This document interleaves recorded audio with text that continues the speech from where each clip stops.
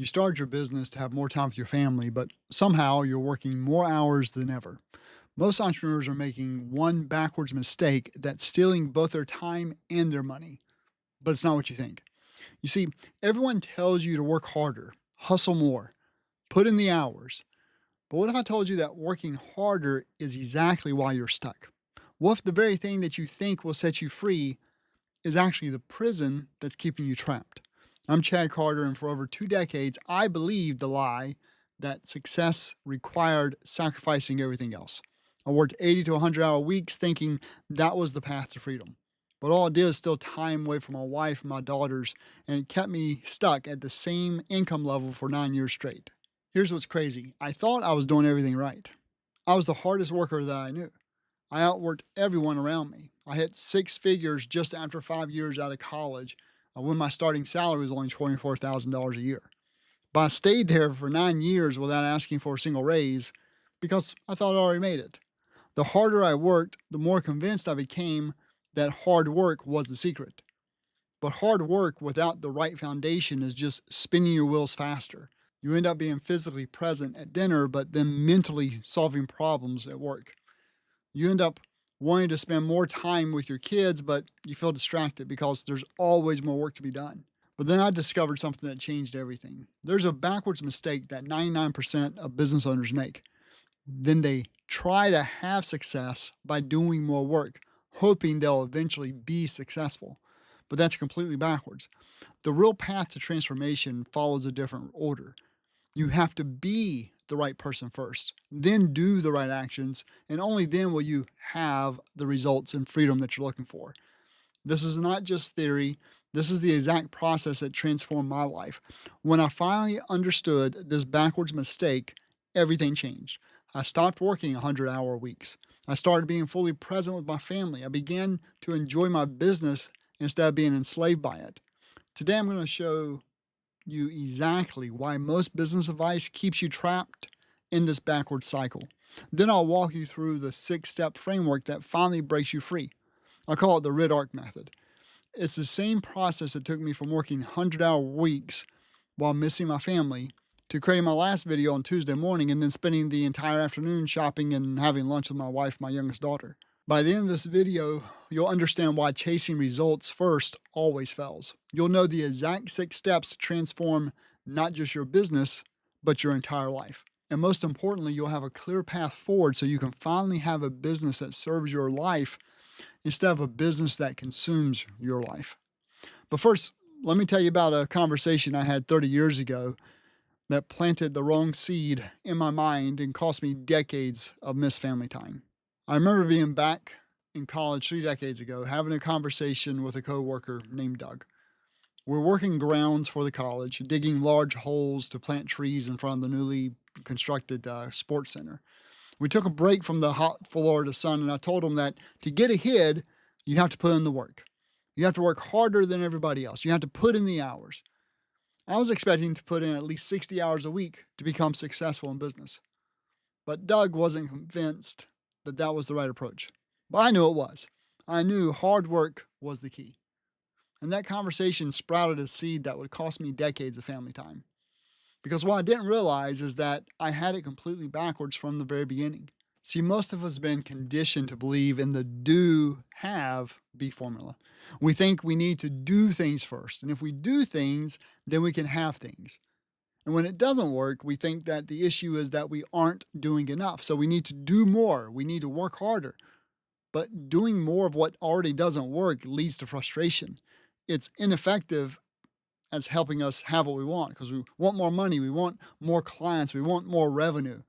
Then we'll be successful. Then we'll be able to take vacations, spend more time with the family, and enjoy life. We'll be able to enjoy our success and just be. But here's the problem with that thinking. When you start trying to do all you can to have all you can, you're building on the wrong foundation. Well, it's definitely better than just trying to have without doing anything, but barely. Wanting to have without doing keeps you stuck and dependent on others. But wanting to do in order to have, but without being the person you need to be, also keeps you stuck. You work harder and harder every year, but you don't really have anything to show for it. You're chasing an outcome without becoming the person who naturally creates that outcome. I lived this backwards approach for over 2 decades. I worked hard in college. I worked hard at my first job. I worked hard at my first side gig as a consultant. I worked hard at my second job. I worked hard writing technical books.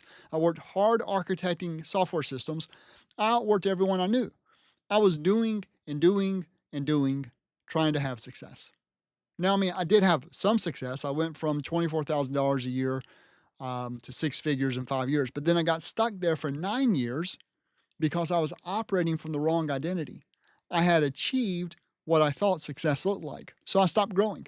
I didn't ask for another raise because I thought it'd be greedy. You see, in my head, I'd made it. Also, even with the work, I didn't feel like I deserved it. I didn't know of anyone making that kind of money, and definitely not anyone at my age. So I continued to work hard to prove to myself that I was worth the income I was making.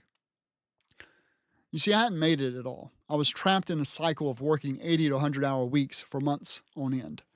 My wife was right that a fast food worker would make more money than I did if you looked at dollars per hours worked. The problem was deeper than just working too many hours. The problem was my identity. I had believed Satan's lie identity about who I needed to be in order to succeed. The enemy whispered that I wasn't enough as I was. I was a fraud. I was making too much money and definitely wasn't smart enough to be in the field I was in. Of course he would say that. I mean, he wants to destroy. So to combat that, I created my own my identity. I created this my identity to combat that lie. You see, I definitely felt stupid, and I assumed I had to work twice as hard as anyone else to make up for the fact that I wasn't as smart as others. So I became the guy who worked harder than anyone else, the one who never said no, the one who could handle any workload. I became Superman in my mind. I hated feeling dumb, so if I couldn't figure something out, I'd work and work until I did.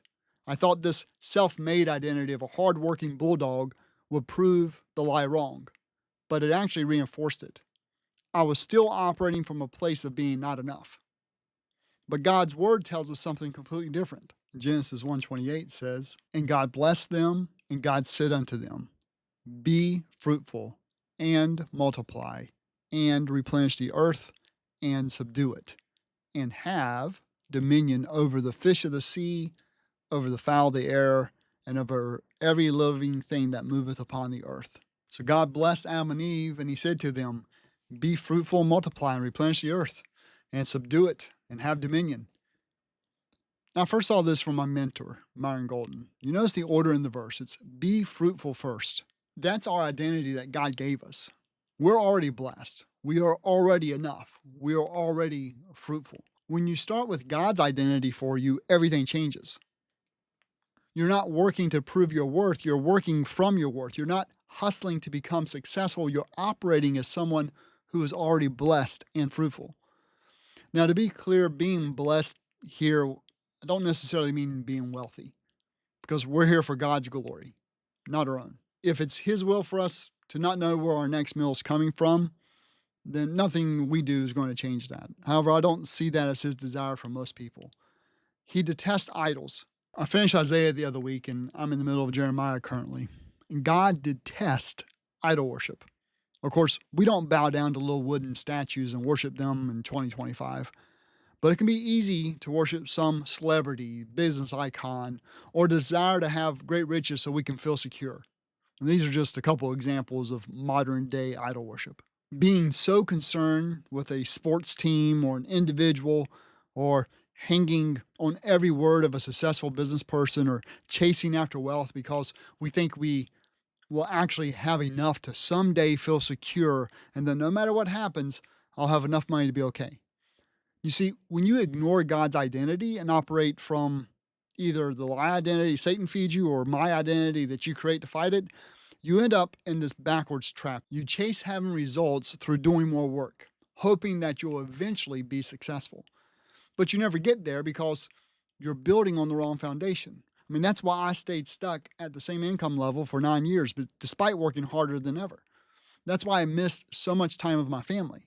That's why, even when I was physically present at dinner, I was mentally solving work problems. I was operating from the wrong identity, so no amount of doing would ever get me to where I wanted to be. The backwards trap doesn't just steal your time and money, it steals your peace. It steals your presence. It steals your joy because you're always chasing something that you already have access to through your God given identity. So, if the backwards trap keeps us stuck, well, what's the real path forward? Well, it starts by understanding the correct order that God established from the very beginning. Be fruitful, do multiply, do replenish, do subdue, and have dominion. Be, do, have. But knowing the right order isn't enough. You need to have a practical way to actually transform your identity and your actions. That's where this RIDARC method comes in. You see, these 6 steps will take you from operating out of the wrong identity to walking in the fullness of who God created you to be. The first 3 steps focus on being the right person. The 4th step is about doing the right actions, and the final 2 steps help you to properly have and maintain your transformation. So let's jump right into the RIDARC method. Step 1 is revelation. So transformation always starts with a revelation. You can't change what you can't see. Most people stay stuck because they've never had a clear revelation of what's actually possible for their life and business. Now, this revelation can be spiritual, but most of the time it's simply being made aware of something you didn't know before. Or it could even be something you heard before, but didn't hit you in the same way. I mean, for me, my revelation came years later when I finally understood that my approach was completely backward. I had been trying to prove my worth through work instead of working from my worth. I realized that God had already declared me fruitful, but I was operating like I was a hollowed out husk of a tree. Your revelation might come from reading a book or having a conversation, observing someone else's life, watching a video, or simply having the Holy Spirit open your eyes to a new possibility. But until you have that moment where you see clearly that there's another way, you'll keep doing the same things and keep getting the same results. The revelation isn't just about seeing what's wrong, it's about seeing what's possible. It's about understanding that you don't have to stay trapped in the cycle of working harder and getting nowhere. There's a different path available to you. So step 1 is revelation. Step 2 is intention. Once you have the revelation you need to start your intention, this is where you move from that's interesting to I desire that for my life. Intention is about getting clear on what you actually desire and making the decision to pursue it. Think about the 4-minute mile story. For decades, everyone believed it was impossible for a human to run a mile in under 4 minutes. Then Roger Bannister broke that barrier in 1954. But what's fascinating, of course, is that within just 1 year, 37 other runners also broke that 4-minute mile. And what changed? Well, they all had a revelation that it was possible. They saw him do it and they figured they could do it. Once they saw it's possible, they set their intention to achieve it themselves. Setting intention means you're no longer just observing the possibility, you're actually claiming it for yourself. You're saying, if God made it possible for them, maybe He made it possible for me too. And I think I want this. Yes, I intend to pursue this. But intention alone isn't enough. I intended to spend more time with my family for years while still putting in 100-hour work weeks. Intention without decision is just wishful thinking. So that thing brings us to step number 3, which is decision. And this is where a lot of people get stuck. They have the revelation, they set an intention, but they never actually make the decision. They make choices, but they don't make decisions. So what's the difference? Well, choice is picking one option among many while keeping the other options open. But a decision is cutting yourself off from every other possibility. The word decide actually comes from a Latin word, and that means to cut off. And it's the same root we see in words like suicide or homicide. So when you make a choice, you're saying, I'm going to try this for a while and see how it goes. But when you make a decision, you're saying, this is happening, period. I'm cutting myself off from the old way of doing things. After years of working insane hours and missing family time, I finally made a decision. Not a choice to try and work less or work differently. I made a decision to become the kind of person who was fully present with his family when he was with them, and then fully focused on work when he was working. I cut myself off from the option of being mentally absent while being physically present. That decision changed everything. Because when you truly decide, taking action becomes exciting instead of overwhelming. You're not constantly second guessing yourself or keeping backup plans. You're all in. The first three steps of the RIDARC help you be the right person. You have the revelation of what's possible. You set your intention to pursue it. You make the decision to cut yourself off from the old way. And now you're operating from this new identity. You're no longer someone who has to prove their worth through endless work. You're now someone who works from their God-given worth and calling. Having the right identity through revelation, intention, and decision is crucial, but it's not enough on its own. You have to do the right actions consistently.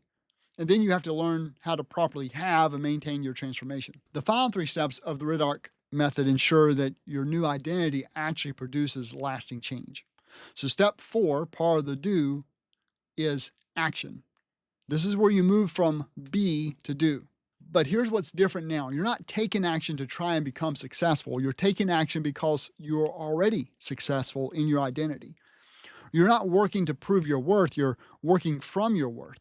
When I finally made the decision to be fully present, I had to take specific actions that aligned with my new identity.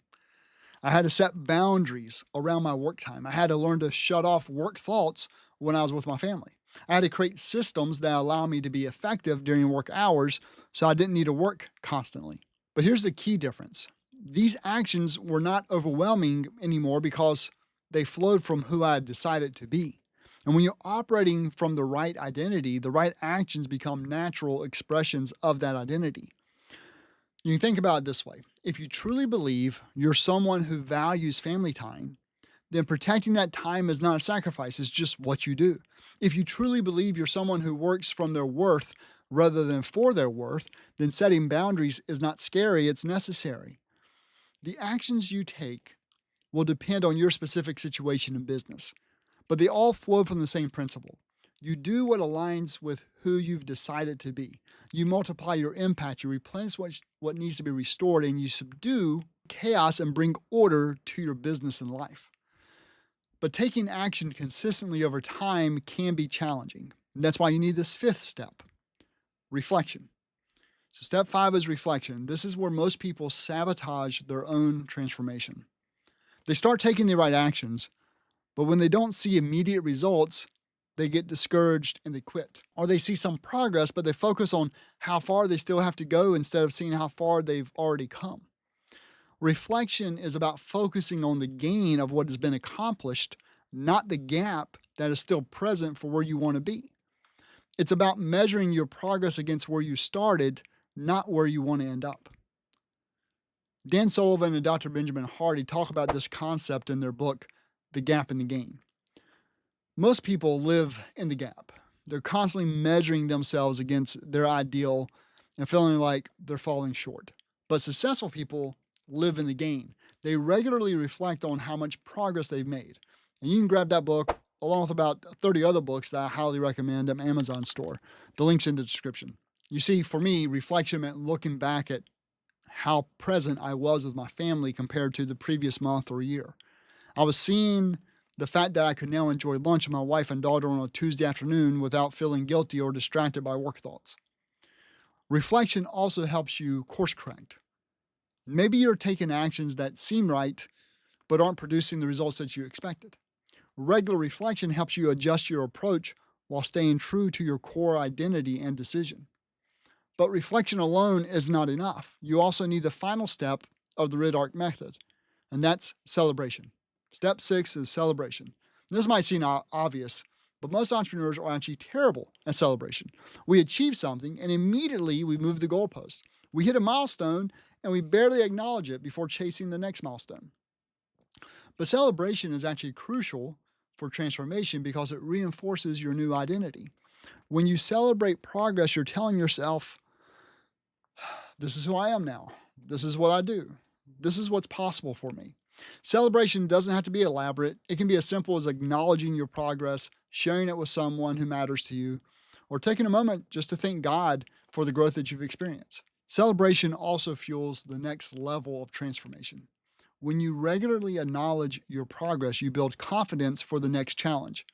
You start to believe that if God helped you transform in this area, He can help you transform in other areas as well. And the beautiful thing about the RIDARC method is that it becomes a cycle. As you celebrate one transformation, you often receive new revelations about what else is possible. You set new intentions, you make new decisions, you take new actions, you reflect on new progress, and you celebrate new victories. This is how you move from being trapped in the backward cycle of working harder and getting nowhere to walking the fullness of who God created you to be. You start with a be, then do, and then have. And you use the RIDARC method to make it sustainable. So let me recap what we covered today, as this could be the revelation that changes everything for you. We talked about the backwards trap that's keeping 99% of entrepreneurs stuck. They're trying to have success by doing more work, hoping they'll eventually be successful. But that's completely backwards, and it's why you're working more hours than ever while having less time for your family. The real path follows God's design from Genesis 1:28. Be fruitful first, then do multiply and replenish and subdue, and finally you have dominion. When you start with the right identity, everything else flows naturally. Then we walk through the RIDARC method that actually makes this transformation practical and sustainable. Revelation shows you what's possible. Intention moves you from that's interesting to I desire that. Decision cuts you off from the old way of operating, and action flows naturally from your new identity. Reflection keeps you focused on the gain and not the gap. And finally, celebration reinforces who you're becoming while fueling the next level of growth. The question now is, what revelation did you receive today? What intention are you setting? What decision are you ready to make? Here's what I know. If you keep doing what you've always done, you'll keep getting what you've always gotten. But if you're ready to stop operating backwards and start walking in the fullness of who God created you to be, transformation is absolutely possible for you. Now, hopefully this video provided some revelation to you, but if you need more, you can check out The Gap and the Gain or any of the other 30 plus books that I recommend in the Amazon store. They're sorted in the order that I'd read them. So you can start with the most foundational concepts and build from there. You can find that list on Amazon store. The link's in the description. But here's the thing about revelation. It's not just enough to receive it. You have to act on it. And if what you discover today is that your current approach is keeping you trapped, then I want you to watch my next video. It's called Why Being Too Busy for Family Means Your Business Model is Broken. In that video, I dive deeper into how to actually restructure your business so it serves your life instead of consuming it. And this video is going to show you exactly how to fix it. So click on it right now while this revelation is fresh in your mind. Don't wait. Don't bookmark it for later. Your family is waiting for the new version of you that emerges when you finally stop doing transformation backwards. And I'll see you in the next video.